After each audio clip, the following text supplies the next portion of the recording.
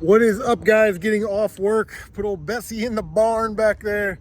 Today we are going to be talking about a very serious issue, something that is sort of escalating in our very violent society, and that is swatting. It just happened to the quartering. It's happened to a couple other people.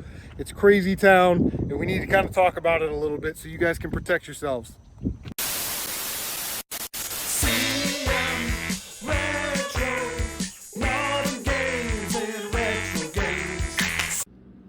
All right, so here we go. It's a little bit serious today. We got a lot of stuff going on. Now, swatting, I had this video sort of pre-ready to go with a script and stuff a couple months ago. I ended up tabling it, and now look, the quartering's getting swatted. That other dude that runs that live stream, he got swatted. A couple people that we know in our community, whether you are part of the community, whether you like them or don't like them, they've been swatted, people call on their work, stuff like that. So I figured today we would talk a little bit about what this is. Are there any legislation? Are there laws that can help you out? What can you do? What happens if the police show up at your doorstep? That kind of stuff. So without further ado, let's just start by a simple definition. Some of you guys don't know what swatting is. There's a couple different definitions out there.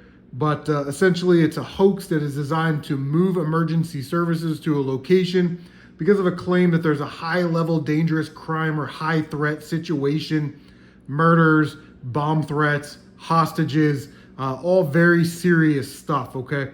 Designed to move those SWAT teams and move those emergency responders typically to like someone's house because someone has called in a false threat or emergency situation. Now you'd say, well, this is just a prank, right? Like, how serious could this possibly be? Well, this is something that the FBI has been watching since 2008. I can tell you that, seeing reports and being involved with the Uniform Crime Report that is due from every police agency in October or whatever, whenever they do those. It's due to the FBI, Department of Defense, that kind of stuff.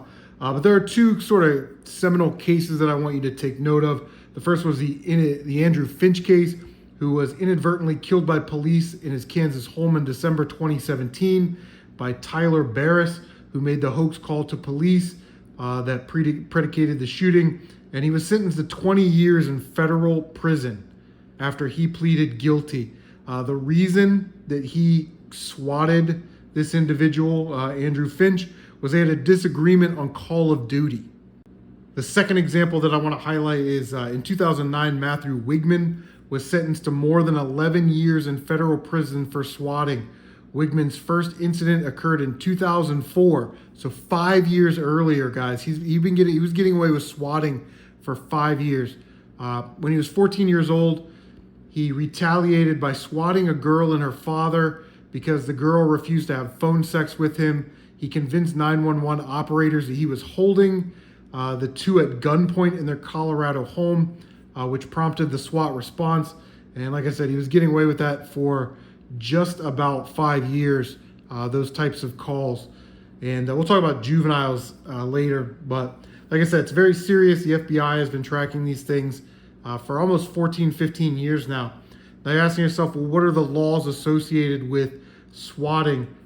Introduced in June 2018, so 4 years ago, was the Anti-Swatting Act of 2018. Now this bill, this proposal did not get enough votes to get any more discussion after that. It kind of went through committees and subcommittees like Homeland Defense, the security committees, all that stuff, right? And then just sort of died. But really the breath, the life of the bill was to give some order.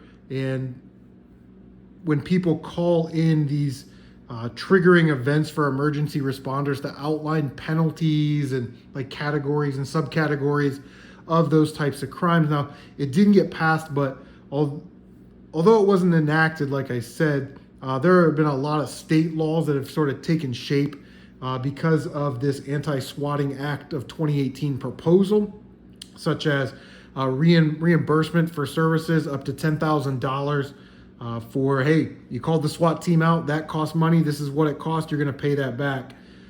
Sentencing guidelines such as 20 years if serious bodily harm comes to the victim or any of the responders. States have different laws and statutes, so you're going to want to check them out. But it seems like New York, Colorado, California, Kentucky have some pretty strict laws. So if you live in those states, make sure you're careful if you're one of these people that are trying to swat someone, because in those states the penalty is very, very severe. Now, swatting is a very, very difficult crime to prosecute. There's a lot of reasons for that, especially when you start talking about crossing state and international lines. Who has original jurisdiction? Where did the crime occur? Suspects are masking themselves with VPNs and caller ID things that kind of mask their phone numbers. So it's very, very difficult to prosecute.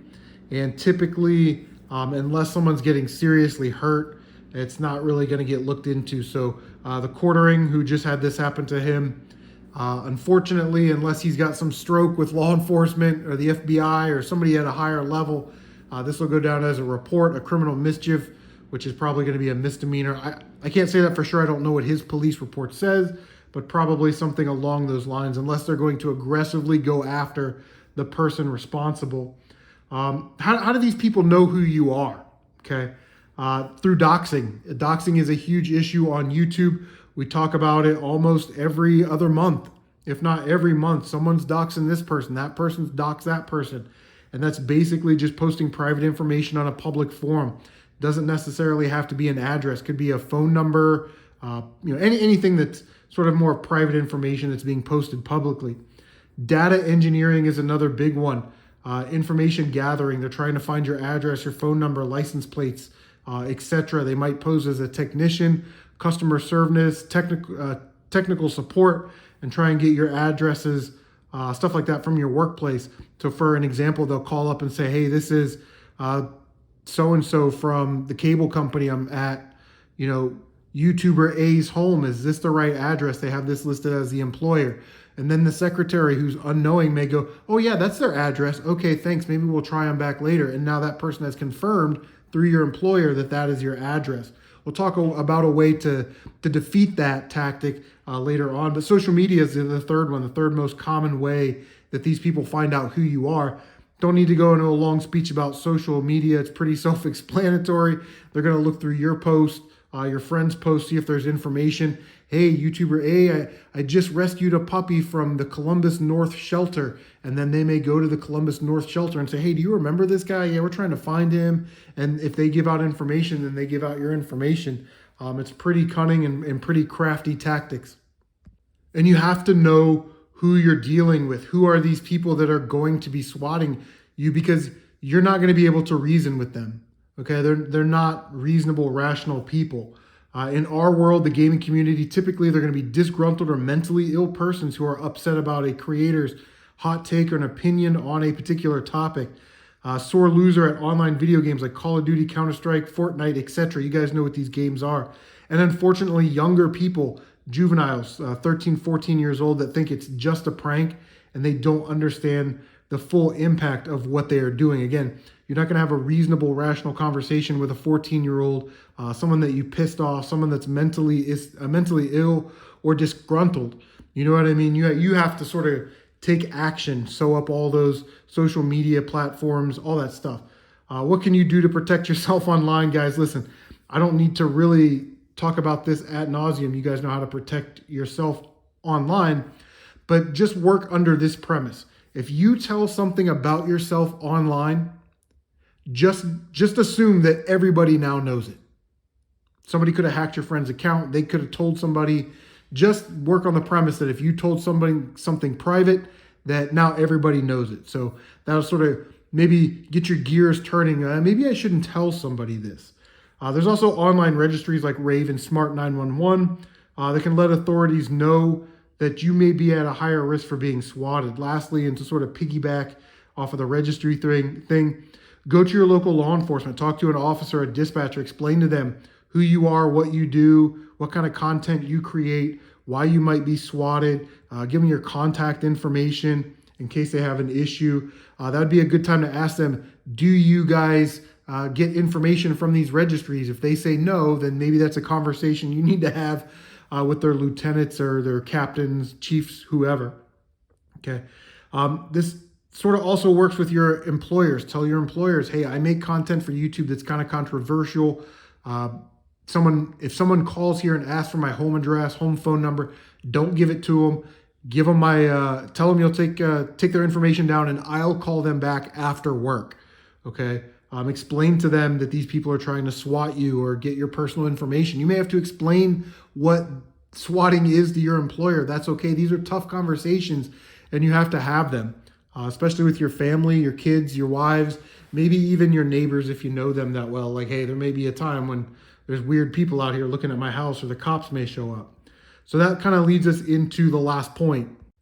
What happens if the police show up to my house? In the case of the quartering, which is very serious, someone said that they had a high capacity firearm and that he killed his wife. And that's a very serious situation. The police dispatcher called the wife, and the cops still showed up and got him out of the house. So this is what you're going to have. This is going to be what you want to do. Okay. Sorry. You want to comply. You want to do what the cops are asking you to do. Do not argue. Do not try to have a debate in this situation. Yes, sir. No, ma'am. Go a long way. Always keep your hands visible. You will likely be handcuffed, searched, and possibly put in the cruiser. Understand that the cops only know the information that was given to them. They believe that someone is in serious danger, and they need to verify it, and then verify it again, and then double verify the verify. You see where I'm going with this? Okay. And once things are okay, the cops will listen to you. But they have to have you under their care, custody, and control so they can verify all those things that they need to verify. Eventually, another cop, a SWAT guy, a detective guy, somebody will come up to you and say, what's going on tonight? That is your opportunity to explain to them what's going on and let them put the pieces together. Once they determine that everything is okay, you're going to be released, okay? In the case of the quartering, he had some concerns about exigent circumstances. Again, I can tell you all about that kind of stuff because I'm in police work. I have a master's degree in justice administration. I teach firearms, all that kind of stuff. We'll save that maybe for another time, or if somebody has a question about that. But very serious situation, something that I didn't want to talk about today, but I feel that as our society is escalating very violently, that people on YouTube are going to be susceptible to swatting. And we've seen that in the last couple of weeks, in the last couple of months, in the last couple of years. And you may say to yourself that, Chris, I only have 1,000 subscribers. Nobody cares about my channel. Well, first of all, that's not true. I care about your channel, and there's a lot of people that care about your channel. But put yourself in the position of somebody that wanted to swat you. How are you protecting yourself? Maybe they didn't like your review on a certain video game. Maybe they didn't like that you like Xbox and they're a PlayStation fan, right? These people are broken. Like I said, mentally ill. They don't know what they're doing. If they're too young, these kinds of things. You can't rationally put into, a paragraph or a snapshot in time what these people are doing, what's going through their mind. You may be wearing a red shirt and they don't like the color red, and they haul off and start trying to get your information to swat you. So I just want you guys to be safe while you're online. And I just, leave the online stuff online. There's no need to involve offline families, that kind of stuff, because it does get to be like nasty and disgusting and gross. But yeah, that's all I can really tell you guys. I look forward to seeing what you leave in the comment section down below. Don't forget to like, subscribe, bang that notification bell so you can stay up to date on all of your CM retro gaming goodness, guys. Take care of yourselves. Please take care of yourselves, and we will see you on the next one.